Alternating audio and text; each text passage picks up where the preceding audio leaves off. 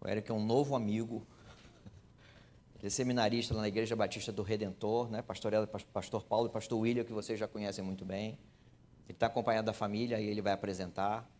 Tem um pequenininho ali, 5 meses. A casa fica com cheiro de criança, né?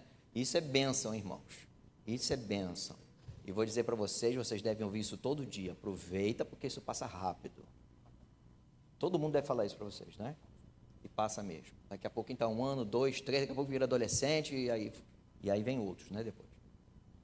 Então, nós vamos orar e o Eric vai nos abençoar com a palavra do Senhor. Senhor Deus, agora pedimos poder dos céus, a iluminação do Espírito, a condução do Senhor sobre a mente, os lábios e o coração do Eric, para ele expor a palavra que o Senhor já colocou no coração dele. Que o Senhor seja glorificado pela exposição que ele vai trazer a todos nós. Em nome de Jesus. Amém.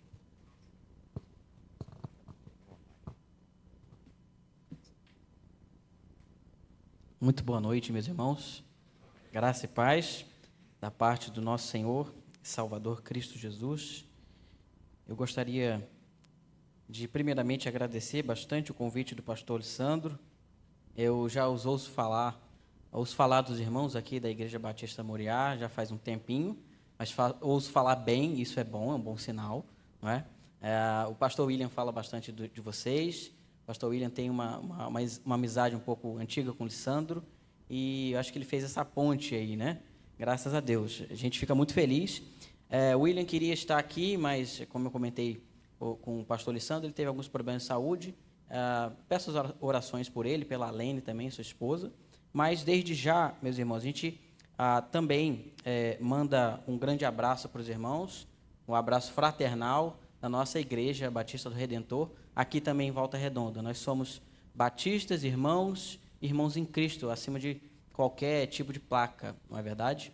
Então, eu me sinto muito, muito feliz por estar com os irmãos, tá bem? Como o pastor Lissandro disse, eu vou fazer uma brevíssima apresentação, tá? Minha família, ela está aqui, é minha esposa, minha sogra, meu filhinho, Thaís, tá bom?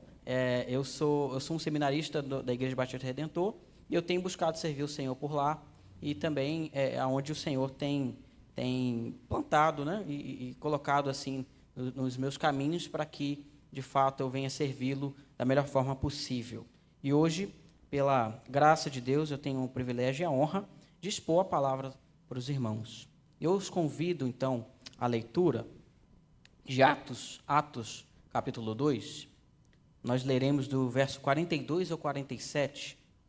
Eu queria refletir com os irmãos hoje a respeito das marcas da vida de uma igreja aprovada por Deus. Eu lerei na NVI. Acredito que os irmãos, pelas leituras aqui que o pastor fez, é NAA, né? Mas não tem problema. Os irmãos acompanhem com certa atenção, que a gente consegue, pela graça de Deus, acompanhar e falar graças a Deus, a mesma língua. Atos, capítulo 2, do verso 42 até o 47, a palavra do Senhor nos diz assim: Eles se dedicavam ao ensino dos apóstolos e à comunhão, ao partir do pão e às orações. Todos estavam cheios de temor, e muitas maravilhas e sinais eram feitos pelos apóstolos. Todos os que criam mantinham-se unidos e tinham tudo em comum. Vendendo suas propriedades e bens, distribuíam a cada um conforme a sua necessidade. Todos os dias continuavam a reunir-se no pátio do templo. Partiam o pão em suas casas e, juntos, participavam das refeições, com alegria e sinceridade de coração, louvando a Deus e tendo a simpatia de todo o povo. E o Senhor lhes acrescentava, todos os dias, os que iam sendo salvos. Eu queria orar com os irmãos mais uma vez. Oremos. Pai bendito, nós nos curvamos diante ao Senhor mais uma vez, e de frente à sua palavra, a revelação vinda dos céus, ó Pai, nós conclamamos que ela é verdade e que ela necessita, ó Deus, penetrar ao mais profundo do nosso ser, para que ela traga mudanças, exortações, fortalecimento e nos auxilie em perseverança nessa peregrinação, ó Deus. Essa oração que fazemos contando com o Espírito do Senhor, para que o Senhor nos ilumine. No nome de Cristo Jesus, eu oro. Amém. Os irmãos podem se assentar? Obrigado pela água, tá, irmão? Meus irmãos, nós todos temos grande apreço pela Igreja de Jesus, não é? Se você está presente na vida da igreja, se você está aqui nessa noite, muito provavelmente você se importa com a igreja, você ama a igreja, você vive a vida com a igreja sendo um grande ponto focal da sua história e da história da sua família, não é? Existe essa probabilidade. A gente sabe que pela Escritura, a igreja ela pode ser conceituada de maneiras muito sublimes. Ela é, de acordo com 1 Coríntios capítulo 12, ela é o próprio corpo de Cristo. Ela é a noiva do Senhor Jesus, diz Efésios. Ela é a Assembleia dos Santos. A igreja é o edifício espiritual. Olha que coisa bonita e rica que nós temos de conceitos a respeito da igreja na Escritura. E dentre muitos outros nós temos. Então veja que quando nós falamos a respeito da igreja, ele é um assunto riquíssimo, muito belo, mas também veja a seriedade com a qual nós devemos tratá-la. Ela é, na verdade, um bem preciosíssimo. Ela é aquele veículo pelo qual o Senhor Deus usa para testemunhar do seu nome, para testemunhar das suas obras nesse mundo perdido, não é? Então, nós não podemos e não devemos tratá-la, meus irmãos, como uma mera reunião social. A igreja é muito mais do que isso. A igreja é muito mais do que apenas reuniões dominicais, ou até mesmo as quartas-feiras, não sei se os irmãos têm as quartas ou as terças, mas elas não são meramente reuniões nas quais nós chegamos, nós recebemos um pouco da parte de Deus, nós até, quem sabe, saímos para comer pós-culto, que é uma maravilha, não é verdade? E a gente dá um cheque, como se tivéssemos ali, então, cumprido e satisfeito a nossa dose de igreja semanal. Nós não devemos tratar a igreja dessa maneira. Se nós encararmos assim, nós teremos em pouca estima aquilo que a própria Escritura eleva, aquilo que a Escritura diz que e conceitua como o próprio rebanho do nosso Deus, comprado por sangue, considerado valiosa o suficiente para Cristo se entregar em favor, um sangue preciosíssimo, dado em favor deste povo que aqui está reunido, um povo que o Senhor Jesus entende como tão valioso a ponto dele se entregar para a formação, para a edificação e para a preservação desse povo que nós chamamos de igreja, não é? Então, se você entender a preciosidade, a valiosidade da igreja, meus irmãos, e esse não sou eu falando, não é o Eric, não é o pastor Lissandro também que vos fala do valor da igreja. Quem vos fala, irmãos, é Cristo Jesus. A igreja é valiosíssima. Entender isso, meus irmãos, com toda certeza vai nos levar a um estado de reflexão ainda mais profundo daquilo que a igreja vai ser para mim e para você. Entende? Você vai se sentir tão privilegiado por participar do corpo de Cristo que a nossa visão vai ser outra. E veja que isso vai mudar a nossa concepção da forma como nós abordamos aquilo que nós fazemos aqui. Nós passaremos de meros consumidores para aqueles participantes do corpo. Participantes do rebanho do nosso Senhor. E existe uma grande diferença entre essas duas disposições para com a igreja. Aquela disposição consumista e a disposição de participante do corpo de Cristo, daquilo que é a igreja. E os participantes, meus irmãos, eu gostaria de focar neles, são aqueles que entendem o real valor da igreja, é aqueles que sabem do privilégio que é fazer parte dela, ele se preocupa com ela, ele se preocupa com a igreja. Os participantes, mesmo não sendo o próprio pastor, o diácono, um oficial da igreja, ele está ali, se importando com o rumo com o qual a igreja tem rumado, tem trilhado. E ele se importa. Ele se importa com a vida da igreja. Ele se importa com as atividades da igreja. Veja só. Ele está preocupado em perceber que a igreja não está sendo autônoma, pensando por si mesma. E veja, os irmãos vão entender, eu também sou um batista, eu também creio na autonomia da igreja local, tá? Nós somos aqueles que creem que localmente nós tomamos as nossas decisões. Nós lá também, tá? Mas nós nunca fomos autônomos do senhorio de Cristo. Nós nunca fomos autônomos da direção de Cristo Jesus sobre as nossas vidas e sobre a nossa vida eclesiástica.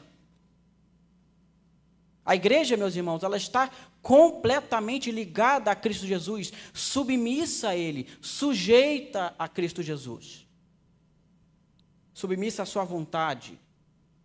E as marcas da vida de uma igreja que é de fato aprovada por Ele, são marcas, meus irmãos, que em nosso dia a dia apontam para o querer desse mesmo Cristo, sendo marcas que destilam na rotina da nossa vida de igreja, entende?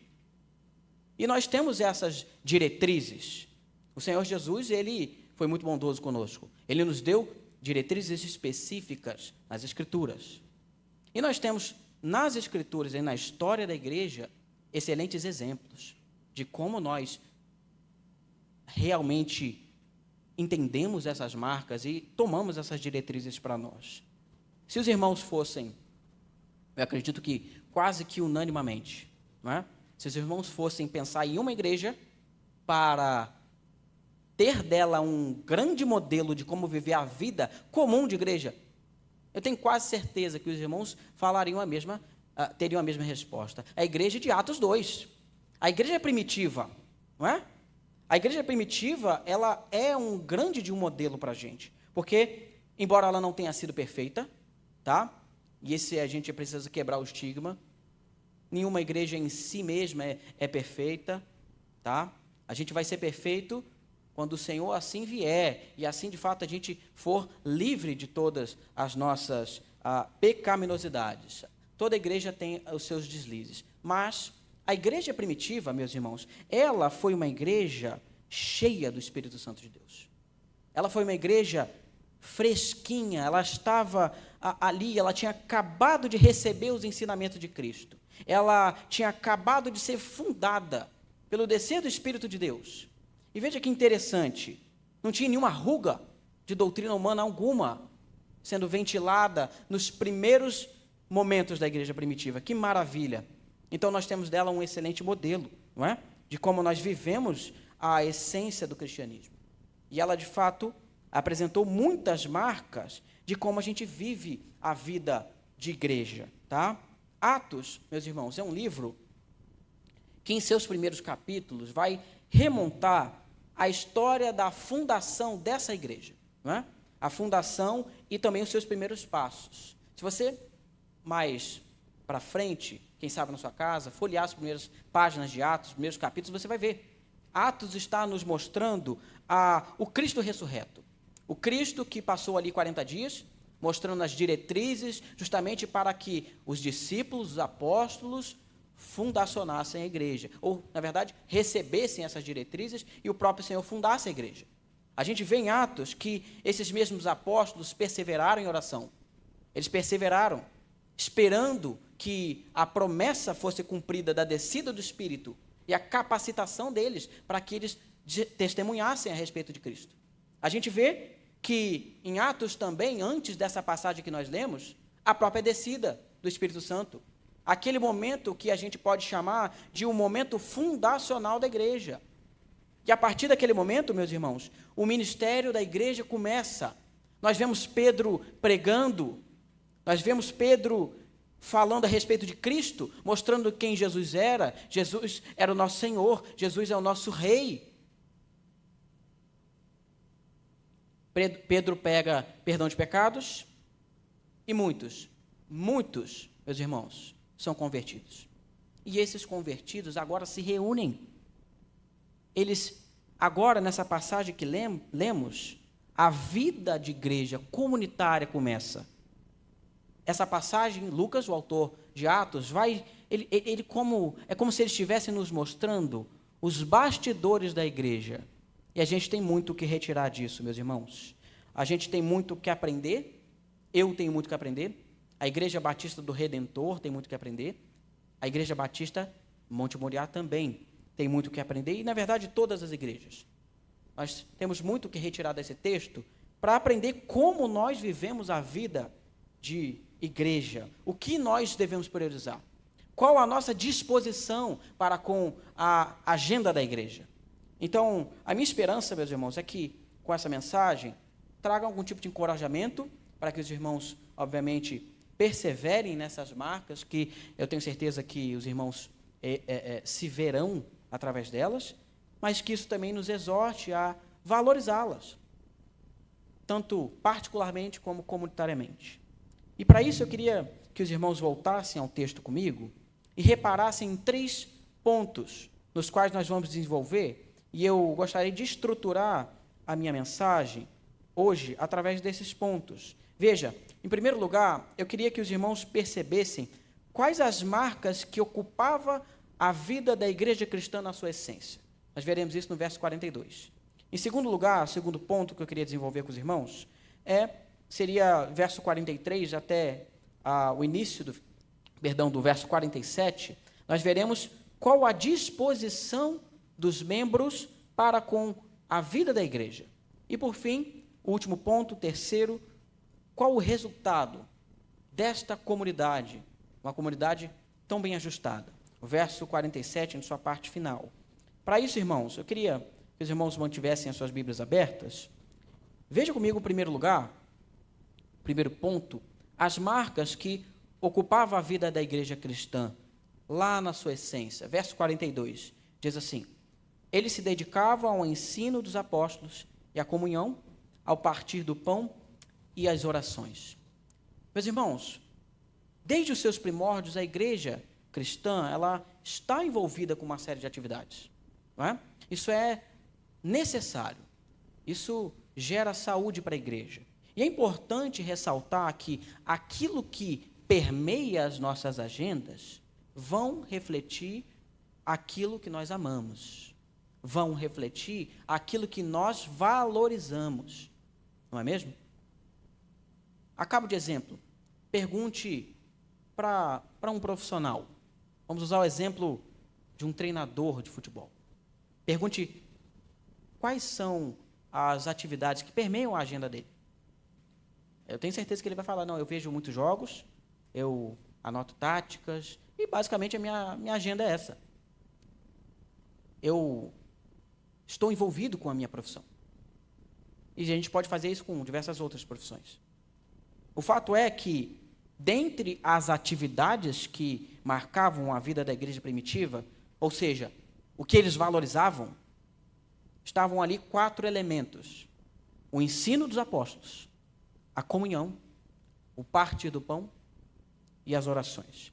Então, seguindo esse modelo original e essencial para uma igreja, em primeiro lugar, eu queria ressaltar, irmãos, que é extremamente necessário que a igreja ame, preserve, valorize e estimule o ensino da verdade. O texto diz que havia na igreja primitiva perseverança no ensino dos apóstolos, ou, dependendo da tradução, na doutrina dos apóstolos. E eu acredito que essa aqui é a tarefa primordial de toda igreja que se preze como fiel a Cristo Jesus. Naquela ocasião, é certo que a Escritura não estava fechada, não é? Os apóstolos estavam ainda redigindo, difundindo os seus escritos. Mas, veja, a doutrina que Cristo repassa aos apóstolos, pessoalmente, ela já era tida como verdade absoluta na igreja primitiva.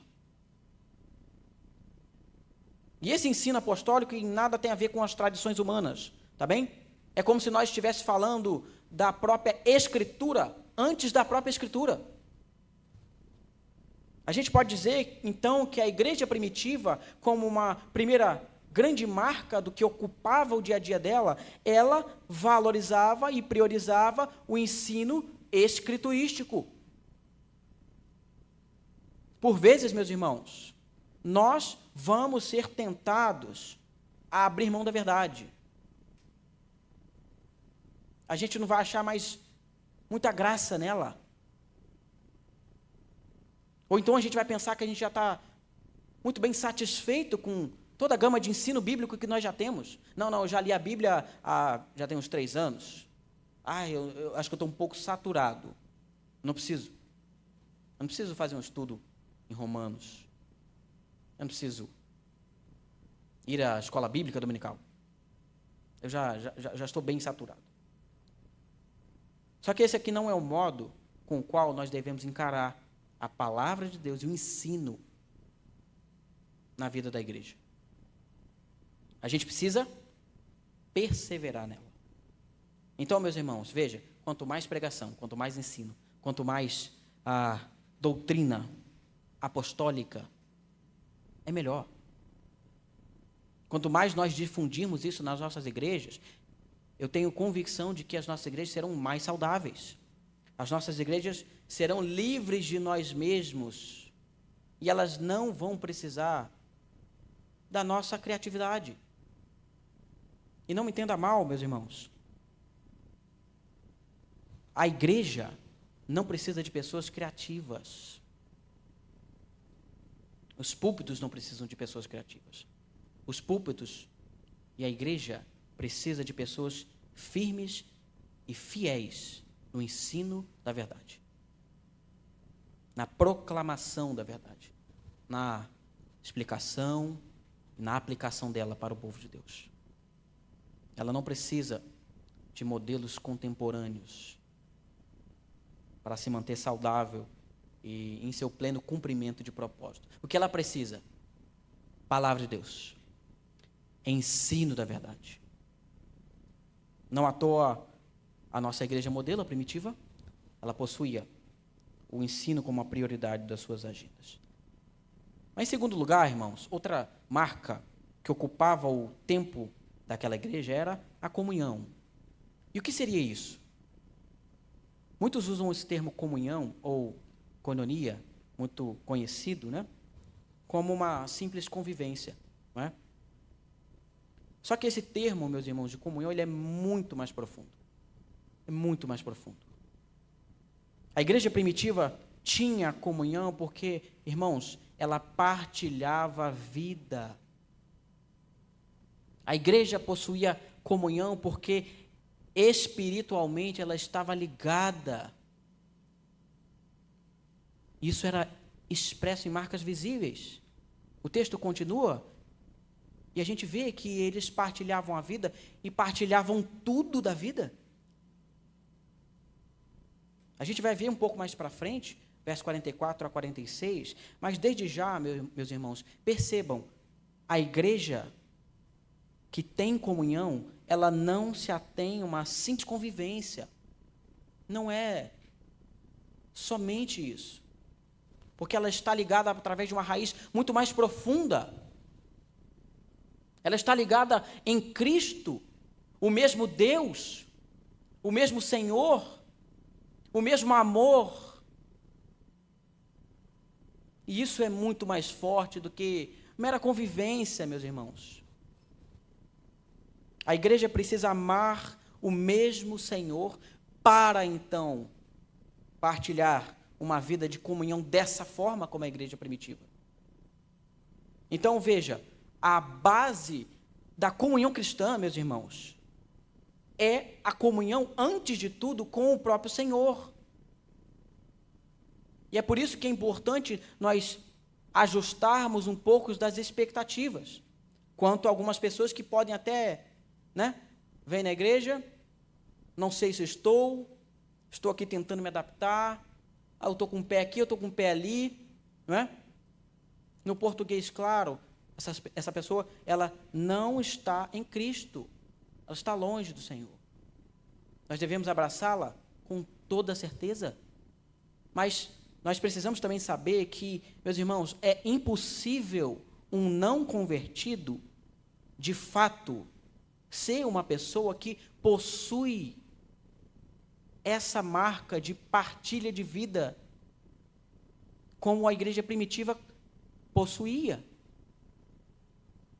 Não tem como, meus irmãos, porque aquilo que nós vemos exteriormente, o amor no seio da igreja, ele é reflexo daquilo que é interior. Entendem? Mas, por outro lado, a gente pode perguntar, então, como é que a gente aumenta essa comunhão, então? Essa é uma pergunta de $1 milhão, né? Acho que todos os pastores gostariam de ter essa resposta na ponta da língua. A gente vê muitas igrejas tentando resolver isso, meus irmãos, com jantares, com lanches, com passeios, não é? Isso é ótimo. Eu tenho certeza que é ótimo. Os irmãos difundem, nós por lá também difundimos, tá? Isso é excelente. Nós temos uma liderança que estimula e cria mecanismo para nós estarmos em conjunto, tá? Mas veja que a comunhão cristã, ela não vai se resolver com isso, tá? Porque se nós entendemos que a comunhão é a partilha da própria vida, meus irmãos, muito mais do que nós apenas convivermos no domingo, estarmos juntos aqui e acolá, nós saberemos que nós precisaremos de algo muito mais profundo do que somente alguns encontros marcados para gerar essa intimidade. A única coisa, meus irmãos, que fará com que eu e você enxerguemos nos nossos irmãos sentados ao seu lado, e você enxergue nele e tenha vontade de partilhar sua vida, de abrir a sua vida, de fazer parte da vida do seu irmão e fazer com que ele faça parte da sua. Meus irmãos, a única coisa que vai gerar isso é um amor real e vívido pelo mesmo Senhor. Então, a resposta para a pergunta de como nós aumentamos ou geramos mais comunhão, para mim, eu acredito que ela, seguindo essa lógica, ela é um tanto simples. Nós aumentaremos a nossa comunhão quando nós aumentarmos o nosso amor pelo Deus que nos comungou consigo mesmo. E a igreja primitiva, meus irmãos, ela possuía essa marca. E para mim, ela é uma das marcas mais belas quando nós vemos no meio da igreja. Porque quando a gente vê a convivência, a doação de vida um para com o outro, quando a gente vê os irmãos se doando, abrindo agenda, abrindo tempo, abrindo o bolso, nós temos a plena certeza de que o Espírito do Senhor ainda oxigena a igreja dele. Isso é riquíssimo. Eu queria caminhar uma terceira marca da prática da igreja primitiva, também a marca do partilhar o pão. O verso 42 diz: uma igreja que se preze, meus irmãos, é uma igreja que compartilha o pão do Senhor. E essa é uma marca sacramental do povo de Deus. Nós partilhamos e comemos do mesmo corpo e bebemos do mesmo sangue de Cristo Jesus. Tá? Isso é algo extremamente necessário. Ela é uma ordenança da parte de Cristo e é algo que a igreja primitiva valorizava também, meus irmãos. E nós, claro, devemos enxergar nas nossas reuniões para celebrar a ceia do Senhor como uma prática extremamente necessária e que, de fato, meus irmãos, é graciosa para a igreja. É graciosa. Uma última atividade importantíssima que mostrava a valorização dessa prática para os cristãos primitivos era a prática da oração. Eles se reuniam de forma perseverantemente e oravam de maneira constante. Irmãos, eu tenho para mim que, juntamente com o ensino da palavra, essa é uma das marcas mais negligenciadas na igreja hoje em dia, né? Não na nossa. Graças a Deus eu percebi que os irmãos têm o costume também no culto público de orarem, isso é maravilhoso.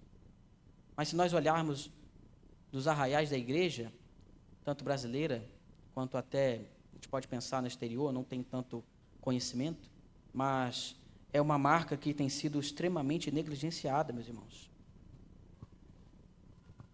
E não é à toa que a gente tem visto um monte de igrejas mornas, igrejas letárgicas, que parecem que perderam a convicção do chamado, do propósito, entende? São igrejas que amam muito mais o aqui e agora, igrejas que pensam e pregam muito mais sobre os bens materiais do que a eternidade. O foco não é na peregrinação, mas o foco é no enraizamento aqui e agora. Isso é um tanto triste, meus irmãos. As igrejas que abandonaram a oração, essa marca tão importante, elas se sentem muito confortáveis nesse mundo. Elas se sentem residentes dele. A palavra peregrino para eles, para essas igrejas, é só talvez um livro, um filme. Não é uma realidade. Queridos, vocês querem ver a igreja cristã e a vida cristã definhar? É só a gente pretender ser autônomo. Quando a gente não fala com Deus, não busca a sua face, não busca a sua direção e oração, quando nós não passamos a limpo a nossa alma, quando a gente não abre para o nosso Senhor as nossas fragilidades, quando a gente não chora aos seus pés, pedindo por misericórdia, quando a gente não recorre a Ele como a nossa fortaleza, quando nós abandonamos a oração, a vida cristã e a igreja cristã, meus irmãos, ela definha. Porque aonde a oração enfraquece, é certo que a igreja, ela adoece. Mas pela graça, o Senhor sempre mantém remanescentes. Isso nos traz esperança, porque a igreja tem florescido. Cristo diz que as portas do inferno não prevalecerão sobre ela. E quando a igreja ora, ela floresce. Lembre de Paulo, Silas, lembre de Pedro, lembre dos apóstolos, lembre de Cristo. Lembre deles. Quando a igreja ora, ela floresce. E é por isso que nós precisamos, meus irmãos, vejam, a liderança precisa, os irmãos precisam valorizar, estimular a vida de oração no seio da igreja. Isso é muito importante. Essas 4 marcas, meus irmãos, elas demonstram como era a vida da igreja primitiva. O que eles valorizavam, quais eram suas atividades. E, bom, por si só, eu acredito que isso já bastaria. Já seria uma excelente de uma diretriz para a gente. Mas eu queria pensar o segundo lugar, o segundo ponto. Como os cristãos reagiam a essas atividades? Eles eram negligentes em cumprimento delas? Como aquela membresia, se a gente pode dizer assim, como os cristãos, eles eram nas práticas, eles eram ativos, eles eram negligentes, eles faziam para ser vistos, ou eles, de fato, eram muito sinceros nessas práticas? Veja comigo as marcas da disposição dos membros para com essas atividades. Veja, em primeiro lugar, verso 43, que eles eram cheios de temor. Todos estavam cheios de temor, e muitas maravilhas e sinais eram feitos pelos apóstolos. Imagina uma igreja cuja totalidade era reverente. Olha que maravilha. Todos os membros temem a Deus. Todos os membros obedecem a Deus, porque eles têm um senso da divindade tão nítido para eles que eles doam suas vidas. Imagine uma igreja como essa, que maravilha. Meus irmãos, essa é uma cultura com a qual nós podemos e conseguimos difundir. Como nós fazemos isso? Meus irmãos, o exemplo ele arrasta. E sabe como nós fazemos? Um pastor que teme a Deus e difunde isso. Um diácono Um diácono que teme a Deus e que ele demonstra que teme a Deus. Um irmão que faz discipulado, que teme a Deus, e ele estimula e difunde isso para 1, para 2, para 3. Meus irmãos, o exemplo arrasta. E realmente, se nós fizermos isso, 1 a 1, o temor de Deus vai se exponenciar no seio da igreja. E nós precisamos dessa mesma disposição, não é? Porque essa era a inclinação da igreja primitiva. E eu diria, meus irmãos, que o início de toda a participação da membresia na igreja começa com isso, com o temor individual. Eu tenho certeza que o temor individual, ele alavanca e deixa muito mais fácil a aderência às atividades da igreja, porque, meus irmãos, a disposição para estar na igreja daqueles que temem a Deus, ela é muito maior. Essas pessoas que têm essa disposição, ela não vai precisar ser convencida a estar por aqui. Ela não vai precisar ser convencida com qualquer outra coisa, além do próprio Deus, além da própria palavra de Deus, além de já se sentir valorizada como parte do rebanho de Cristo. Então eu tenho para mim, irmãos, que o temor de Deus, ele facilita em muito. Ele é o pontapé para uma igreja participante, uma igreja ativa, uma igreja saudável, como todos nós desejamos, não é mesmo? Segundo lugar, outra marca do coração dessa membresia, irmãos, é a marca com a qual eles demonstram através da união. Eles se mantinham unidos. Verso 44 ao 46 diz assim: todos os que criam mantinham-se unidos e tinham tudo em comum. Vendendo suas propriedades e bens, distribuíam a cada um conforme a sua necessidade. Todos os dias continuavam a reunir-se no pátio do templo. Partiam pão em suas casas e juntos participavam das refeições. Essas pessoas, meus irmãos, se vocês voltarem um pouco atrás, provavelmente elas não eram amigas. Elas nem se conheciam, provavelmente. Só que agora, uma coisa mudou. Elas passam mais tempo com a família da igreja do que até com a sua família de sangue. Que coisa, não é mesmo? É isso que a igreja é, meus irmãos. Os irmãos cantaram aqui, e cantaram muito bem.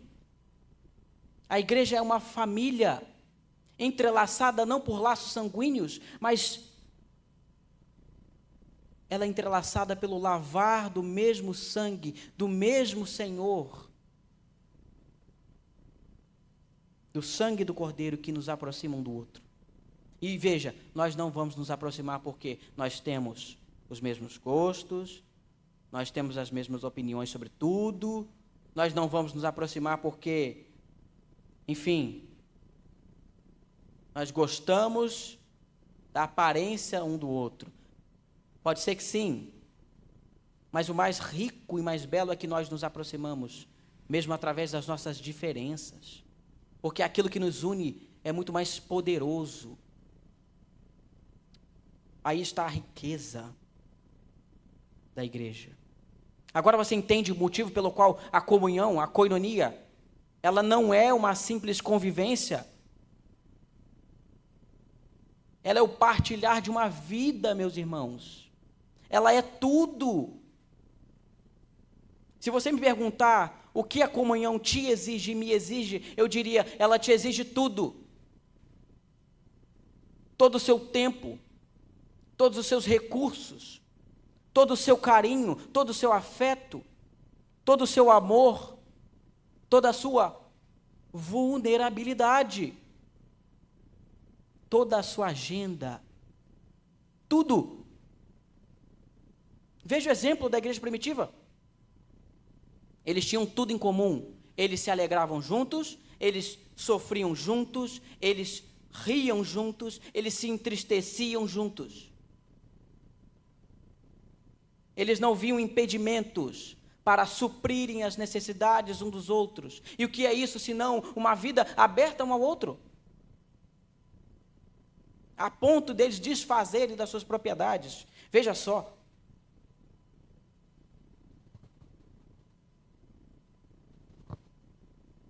Eles amavam estar juntos, meus irmãos. Todo dia eles tinham uma nova desculpa para estar juntos. E desculpa no bom sentido, né? Nossa, vamos tomar um açaí? No caso aqui, eles iam ao templo. Eles comiam juntos. Vem cá em casa. Vem cá, vem todo mundo. A igreja era um pouquinho menor. Cabia mais nas casas, né? Mas vem cá em casa. Eu quero estar com você. Enquanto nós percebemos por aí que qualquer dificuldade é impedimento, não é? Serenou um pouquinho, eu não vou na igreja não. Esfriou. Aí não consegui lavar meu casaco a tempo, eu não vou não. A igreja primitiva, meus irmãos, não via impedimentos para estarem juntos. E ela cumpria o que Hebreus 10, 25 diz. Não deixem de congregar, como é costume de alguns. E aí você pode me perguntar, Eric, isso é possível mesmo ou é marketing? Não, é marketing. Esse tal de igreja aí, eu acho que não, esse entrelaçamento profundo aí, eu não sei não, hein? Acho que é forçação de barra. Você está querendo vender alguma coisa. Veja o verso 46, parte B dele, e o início do 47. Eles faziam isso com alegria, sinceridade de coração, louvando a Deus e tendo a simpatia de todo o povo. Irmãos, não tem nada de fingimento aqui. Aqueles irmãos partilhavam a vida com o coração. E era tudo com muita naturalidade. Eles faziam porque queriam. Eles faziam porque eles geravam momentos para estarem juntos. Intencionalidade. Essa é uma palavra muito importante. E eu lhes pergunto, onde nós temos depositado o nosso coração? Nós temos feito as atividades da igreja com essa mesma disposição e alegria? Nós temos trabalhado e nos afadigado na igreja com a mesma disposição de coração? Ou nós temos feito isso, eu não sei, por aceitação social, por se sentir pertencente a alguma coisa? Uma outra marca importantíssima do coração do membro de uma igreja aprovada é o amor sincero pela comunhão, sem fingimentos, sem segundas intenções. O simples amor desgastante, mas surpreendentemente satisfatório para o meu irmão. Esse amor, meus irmãos, é aquele com o qual Cristo se entregou. É o amor que ele machuca. Mas veja, não existe nada mais satisfatório do que ele. Nada. Sabe por quê? Porque quando eu enxergo os meus irmãos, os meus amigos, eu vejo Cristo neles. Quando eu vejo aqueles que partilham as lutas, os dissabores, mas as alegrias, eu enxergo Cristo através deles. Eles são falhos, eu também sou. Mas nós partilhamos do mesmo coração, nós partilhamos do mesmo espírito, nós partilhamos e falamos a mesma língua. E não existe nada mais sincero, meus irmãos, do que a vontade de nós passarmos a eternidade com esses que estão aqui. Então, por que nós não adiantamos a eternidade aqui agora? Por que nós não estamos juntos?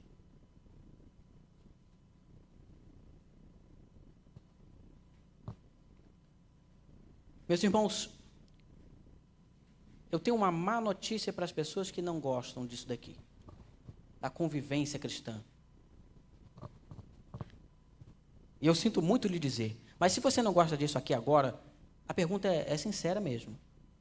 que você vai fazer no céu? O quê? Lá vai ser é isso daqui, meus irmãos. Sem hora para acabar. Então nós precisamos valorizar. E a igreja que valoriza isso, ela já vive parte da eternidade aqui. Por fim, irmãos, terceiro e último ponto, caminhando para o fim, vejamos o resultado dessa comunidade tão ajustada, né? Vejam, que igreja, né? Um grande modelo. Qual o resultado disso? A parte final do verso 47 diz assim: e o Senhor lhes acrescentava todos os dias os que iam sendo salvos. Irmãos, essa é a igreja que o Senhor gosta. Ele se agrada em fazer crescer. Entende? E eu gostaria que os irmãos percebessem uma coisa através desse verso final. É o Senhor quem acrescentava os salvos.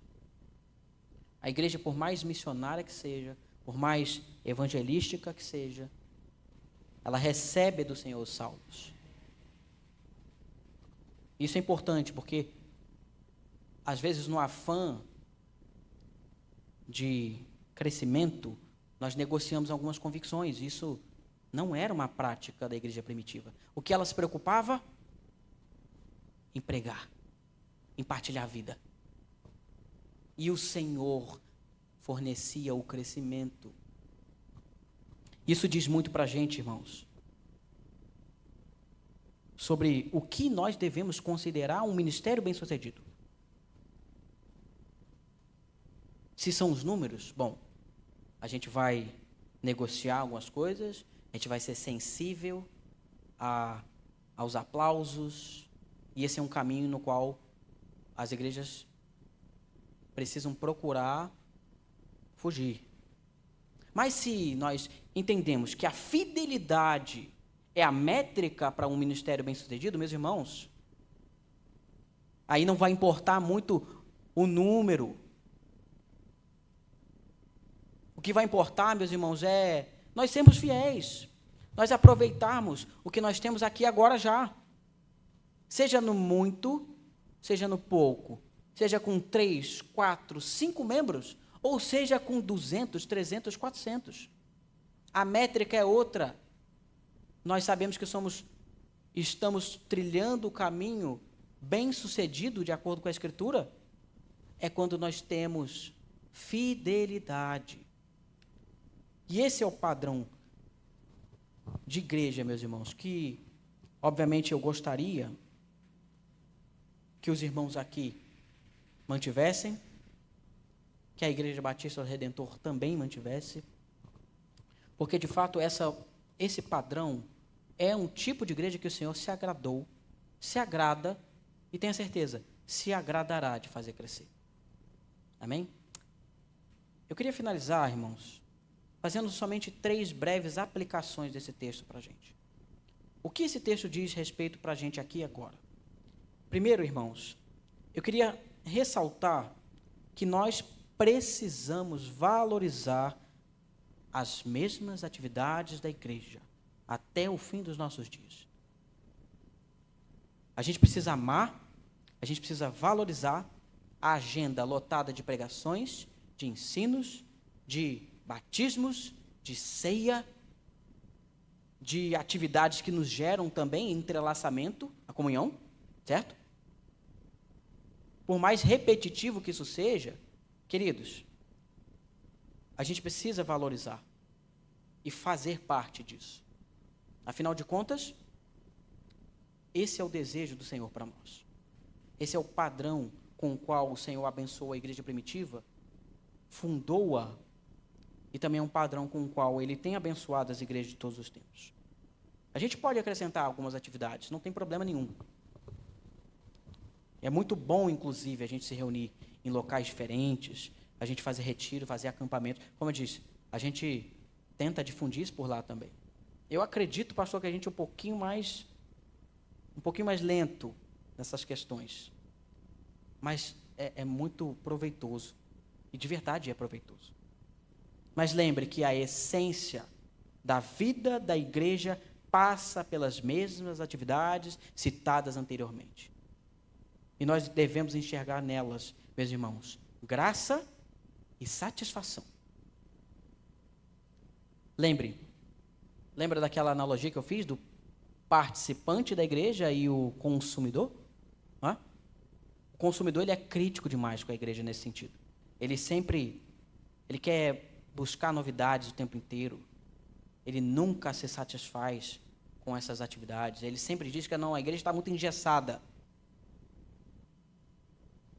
Está precisando de novas atividades. Quem sabe até mesmo deixar uma dessas daqui para trás. Mas que nós sejamos participantes, envolvidos e pessoas que se importam com a vida da igreja, porque, meus irmãos, se nós formos participantes e ouvirmos a voz de Cristo nos mostrando o caminho com o qual a igreja deve trilhar, nós certamente nos satisfaremos com todas essas ordenanças. Segunda aplicação que eu faço aos irmãos, eu rogo aos irmãos que os irmãos amem a comunhão que nós temos em Cristo. Que nós tenhamos um coração sincero, meus irmãos, para entrelaçar as agendas uns dos outros. A caminhada cristã, meus irmãos, ela, sem os amigos, o que seria? Eles são meios, instrumentos, com o qual o Senhor nos ajuda a retirar alguns espinhos, alguns carrapichos. O Senhor tem nos colocado em rebanho justamente com esse propósito, da gente partilhar as nossas vidas, as nossas carências, as nossas necessidades, os nossos bens, inclusive, uns com os outros. Isso é muito importante. E eu digo aos irmãos, esqueçam essa de lobo solitário. Se alguém aqui hoje tem algum interesse em manter uma vida de desigrejado, ou então, tem esse desejo, saiba que a plenitude da caminhada cristã, ela é alcançada em grupo, no meio do rebanho. É aqui, meus irmãos, que o Senhor se agrada em abastecer de graça. Aqui. E eu não estou falando que isso vai ser fácil, tá? Você abrir a sua vida, a gente sabe que nós temos vivido numa era, eu não sei as outras, mas eu só vivi nessa. É corrida. A gente tem muita coisa para fazer. A gente não consegue nem dar conta daquilo que a gente já tem abraçado, né? E eu digo assim por certa experiência. Eu tenho empilhado alguns pratos, a minha esposa sabe. É seminário, é trabalho, eu trabalho viajando, é o filhinho, é família, é serviço à igreja. E eu não digo isso para, nossa, como ele é ocupado, não. Eu digo isso como modo de encorajamento aos irmãos. Mesmo com uma agenda tão apertada, meus irmãos, nós conseguimos abrir um tempinho. Nós conseguimos. E conseguimos priorizar aquilo que de fato precisa ser priorizado. E eu rogo a Deus que a sua prioridade, a minha prioridade, envolva, sim, a agenda da igreja e a agenda dos outros irmãos. E assim eu finalizo com a terceira aplicação e última. Irmãos, não nos vendamos aos métodos de crescimento de igreja que têm sido ventilados por aí, mas que a gente se importe em ser fiéis e submissos ao modelo primitivo. Porque esse modelo primitivo, como nós vimos, ele nos mostra, Deus nos mostra, que Ele acrescenta aquilo que nós precisamos. Se essa é uma preocupação dos irmãos, eu gostaria de encorajá-los e dizer o que importa, irmãos, é permanecermos fiéis e gozarmos daquilo que nós já temos aqui agora. Como eu disse, não importa se são 3, 4, 5, 100, 200, o que importa é nós sermos fiéis e não medirmos o sucesso ministerial com essa ótica empresarial que, infelizmente, tem sido ventilada por aí. Isso faz com que a igreja se venda e faz com que ela abandone o modelo primitivo. Isso não é interessante. Nós esperamos que o Senhor venha nos ajudar, porque de fato é uma tarefa que compete ao próprio Espírito de Deus e que Ele nos ajude a seguirmos os passos da igreja primitiva e sermos fiéis a ela. Amém? Eu queria orar com os irmãos para nós finalizarmos o sermão. Curva sua cabeça. Oremos. Senhor Deus e Pai, nós te agradecemos porque a sua palavra nos fornece tudo quanto nós precisamos para seguir o caminho da justiça, tanto pessoal quanto comunitária também, ó Deus. Nós lhe pedimos, nos dê graça para que a gente permaneça trilhando um caminho agradável a Ti como igreja, ó Deus.